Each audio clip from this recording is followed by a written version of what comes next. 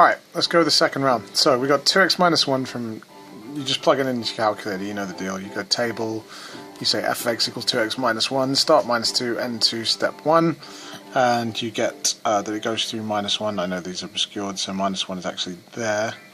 Because it's got a gradient of 2, it's going to go through there, and there, and there, and there, and it's going to look like this. Nice. Gradient and intercept. Well, that's just a classic y equals mx plus c, so the gradient is there and the intercept is there, 3 and minus 1. This one is not because y is not the subject, so we need to make it the subject. We minus 2x, we add 1 to both sides. The gradient is minus 2 and the intercept is 1. Marvellous. That was easy. Next page.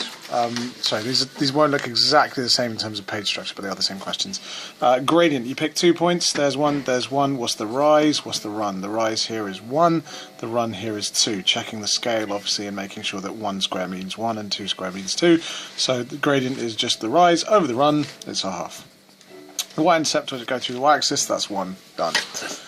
Gradient this line, got to make y the subject. So 5 y's are add 10x, 10x plus 16, divide both sides by 5. So we get y equals 10 divided by 5 is 2, and 16 divided by 5 is 3.2. Yes, that is the right answer. If it's parallel, it's got the same gradient, so we know m is 2. And if it goes through 2, 3, then know that when x is 2, y is 3. Now, your classic straight line has the equation y equals mx plus c, right? So there's 4 letters here. If we know 3 of them, we can work out the missing one. Well, we've got m, that's 2, and we've got that when x is 2, y is 3. So we plug those 3 numbers in. Y is 3, m is 2, x is 2, and c is whatever c turns out to be. In other words, 3 equals 4 plus c, c is minus 1, and so now we know that because m is 2 and c is minus 1, we have the 2 things we need for the equation, so we say y equals 2x minus 1. Marvellous. On to the next question. Sets. A intersection B, it's the ones that are in both, so we got 5, we got 7, and unless I'm too tired to notice, I think that's all there is. And then it says the number of things in A union B. Well, there's 5 things in A and 4 things in B, so that makes 5 things in B, so that makes 10, right? Well, that would be the case if we didn't have repeats. We've got 5 and 7. So there are 8 unique things in A union B, and that's the number that we give here, because we don't count 5 and 7 twice. 8 is a member of B. Is that true? 8 is in B. Yes, it is. This is a confusing one. 6 is a member of the opposite of A union B. Well, let's try testing whether it is in A union B and then just reverse our answer. Is 6 part of A union B? A union B is anything which is in either A or B or both. Well, 6 is in B, so it is in A union B, which means that it's not in the complement of A union B, so this statement is false. I hope that wasn't too hard to follow. 7 is not a member of A union B. Well, 7 is in A, which means it is in A union B, so again, this statement is false as well. Complete the table going from here, so we know it's going from minus 1, and so that's going to be, oh gosh, I can't think, blah, whatever it is, blah, it's going to be, you know what it's going to look like, it's going to be some quadratic like that. It's easy enough to plug in. Just making sure that it, wherever your 2 lowest values are, that it dips below them, that you don't draw a flat line at the bottom, but, you know, that's pretty much bread and butter to you guys, isn't it? The 2 values for which x squared plus 2x minus 1 equals 0, again, it's going to be, you know, so like 1.5 and minus 2.5. I'm sure that's not a problem for you. Sorry if I'm being flippant, but I haven't got a calculator here. And anyway, I'm trying to move on. A intersection B, it's the bit in the middle. A union B, it's all of it.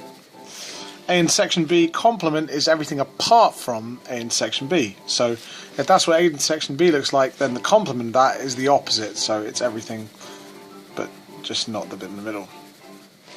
A union B complement, when you're doing union, you can shade in everything as you go. So you shade in all of the circle A, and then you shade in all of the circle not B on top of that, the anti-circle. And what you're left with is this. Another way of checking is to use the opposite rule. The opposite of this is A complement, opposite of union is intersection, opposite of B complement is B. So if we've got this right, then this should be the bit that's not shaded, the bit that is not in A and is also in B. Hello, that's this bit, so we got it right. Very good. On we go. In a group of 20 students, 11 said they like football, 14 said they like tennis, and 3 said they like neither. Once again, this doesn't add to 20, so most people would be really confused by this, but of course you're not. You're mathematicians, you can work this stuff out. We've got 3 that said they like neither, that goes outside. And the common mistake is to put 11 here and 14 here. Hopefully you've moved past that now. We don't know how many are in the middle, so we'll call that x. But we do know that there are 11 in total that like football, so if we take out the x, that leaves 11 minus x. And there are 14 in total that like tennis, which means it's 14 minus x here. Add it all up and that adds to 20. So we get 11 minus x plus 14 minus x plus 3 equals 20. And those of you that did it intuitively, this amounts to the same thing, but it is good to get in the habit of doing the algebraic method. You can see that we've got a minus x and a plus x which cancel, so we've got 11, 14 and 3 which makes 28. We've got a minus x equals 20, and so the answer is 8. We move on. Table of values here. Oh yeah, I can't remember exactly what this did, but it was something like this. Blowing. Sorry. It said use the graph to estimate when the tip is 2 centimeters from the wall. I should point out that this was actually badly set out.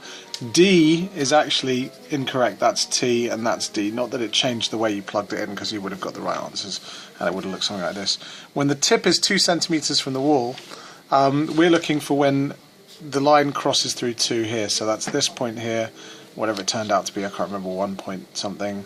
And this point over here, which I think is a bit early, but it was 2.6 or something, if I remember right. The minimum distance of the tip of the flag for the wall 0 to t to 3. Again, this is quite confusing. This is your x value. So it's saying over the range of x values from 0 to 3, what was the smallest value of y? Because the distance of the tip of the flag is y. So looking at this diagram, and I know this isn't the exact diagram, it's essentially saying from 0, which is here, to 3, which is actually the whole diagram, where's the lowest value for D? And it's wherever your dip was here. So is it asking for the time for the minimum value or the minimum value itself? Because the time is this value, the x value, and the distance itself is the y value. It's asking for the distance, which is the y value. So on my diagram, it's 1. And in fact, yeah, I can read it off here. I'm pretty sure it was 2, 1. So the graph looked a bit more like this, actually. But yeah, at time 2, the distance was 1, and so the minimum distance is 1. If X is the days of the week, then it's just Monday, Tuesday, Wednesday, Thursday, Friday, Saturday, Sunday. You can write those out in full, but you get the idea. If X is a prime number less than 10, it's not 1, it's 2, 3, 5 and 7, and it's not 9 either. That's all you have to do for those questions. This one was a bit of a screw up. That should say -1 for a start, and then this should be 3, and that should also be -1. So you get this graph. I am going to do properly, sorry if I glossed over the last ones. So for this graph, it goes from -1 to 2 to 3 to 2 to -1, which means it's a quadratic, as it should be, a nice U shape or upside down U shape, looking like that.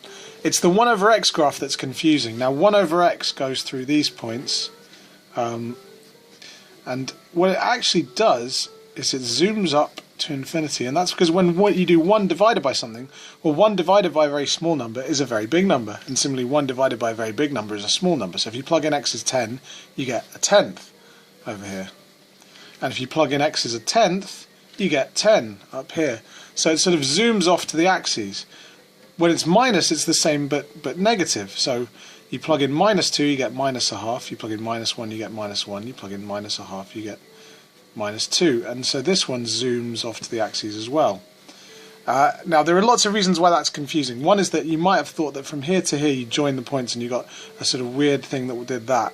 That's not how 1 over x works, so you need to know that 1 over x looks like this. Sorry.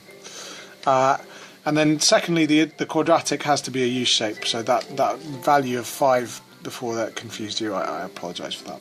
Once you've got the right shapes, then obviously there's 3 interactions. There's one here, there's one here, there's one here, and you write down the x values, which are about 0.6, 1.5, sorry, 0.3, 1.5, and -1.8, something like that. Oh, and that's it.